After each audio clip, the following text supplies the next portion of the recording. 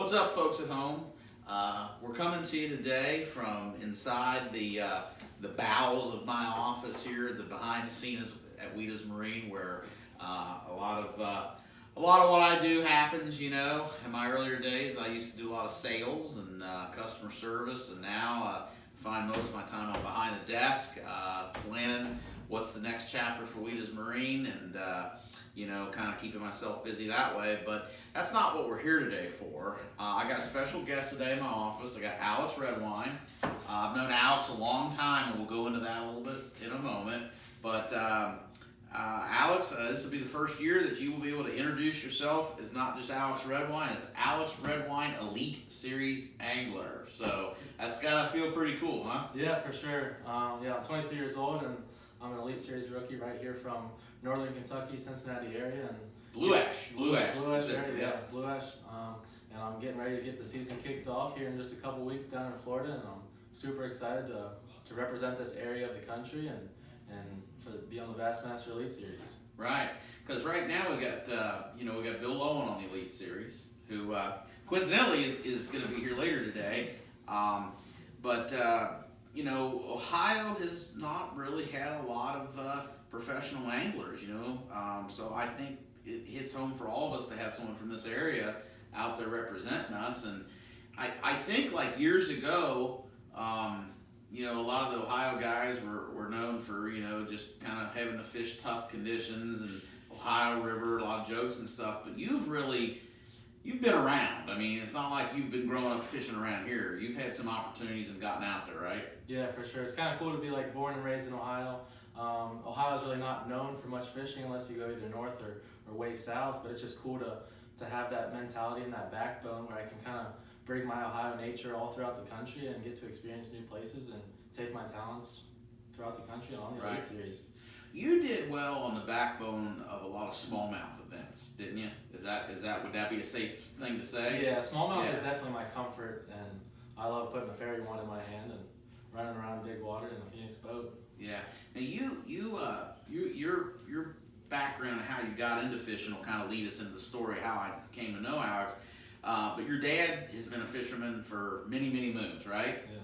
So a lot of these places you got to travel was with your dad, right? Yeah. Yeah. So that's kind of how this backstory, how I know Alex, is many, many moons ago, probably almost 30 years to be exact.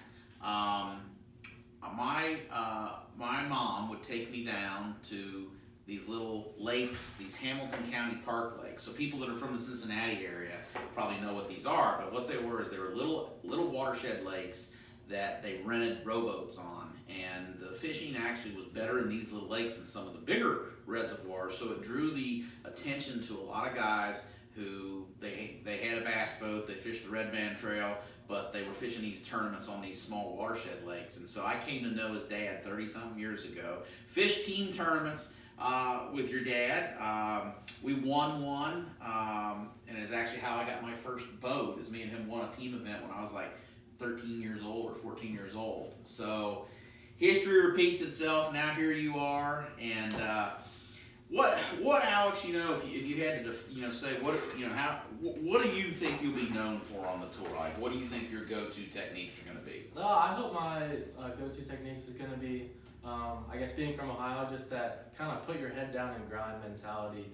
Whether it's a tough fishery or a good fishery, I just hope that I'm just able to put my head down and focus on one bite at a time. And just because that's what we do here in Ohio and around the tri-state areas, you just got to have that mentality of just putting your head down and working for one bite at a time. When you were qualifying for the Elite, so let's go back for a second to that. What were the qualifying opens that you fished this year? What were they? Where were they at? Yeah, so I qualified through the Northern division of the Bassmaster Opens. The first stop was at the St. James River, which is in Virginia. And we went to Oneida Lake, which is in New York, and then the last one wrapped up at 1,000 Islands, or the St. Lawrence River, also in New York. So when I was at the James River, I felt really at home with it being like a shallow water fishery with current. It kind of brought me back to my Ohio River roots. And then the second half of the season, I was able to kind of fall back to my smallmouth soft spot in my heart on Oneida Lake and the St. Lawrence River. Right.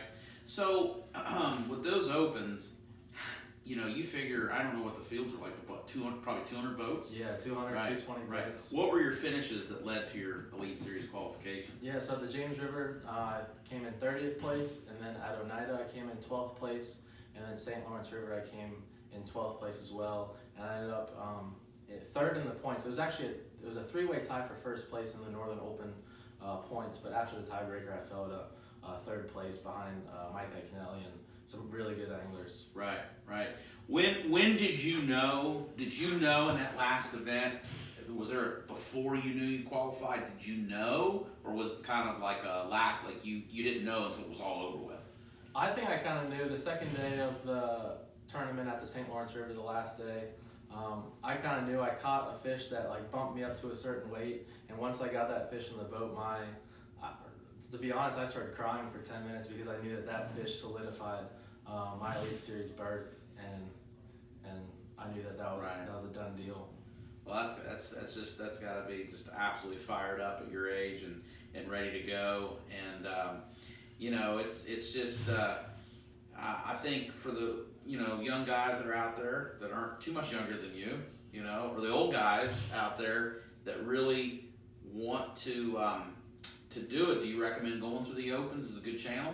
Yeah, I think so for sure. I think that like me being the age that I'm at, it's like a perfect representation of like if you put your mind to something, like you can do it. Like I grew up here in Cincinnati, and I was involved in some youth clubs, some youth fishing clubs, did some high school fishing, and I just feel like if you put your head to it, if you're 100% focused to it, like you can accomplish your goals and your dreams, and I feel like that's what I had. Like I was 100% dedicated to trying to qualify, trying to fish professionally, and that's what happens. I feel like when you give 100%. And I think that is such a good message today to get out to the younger folks is, I think that the mind is a powerful thing, and you've accomplished something that really is kind of against the odds. You know what I mean? There's only a few people over here that make the Elite Series. You made it at your age, and you say the main thing is determination. And I think no matter what it goes in, on the same situation, I was probably one of the youngest boat dealership owners. Okay, I started from scratch. I wasn't gifted anything or didn't have a pile of money I was sitting on. I did it from passion, and I think that is a good message to get out to people, whether it's work, whether it's fishing, relationships, anything.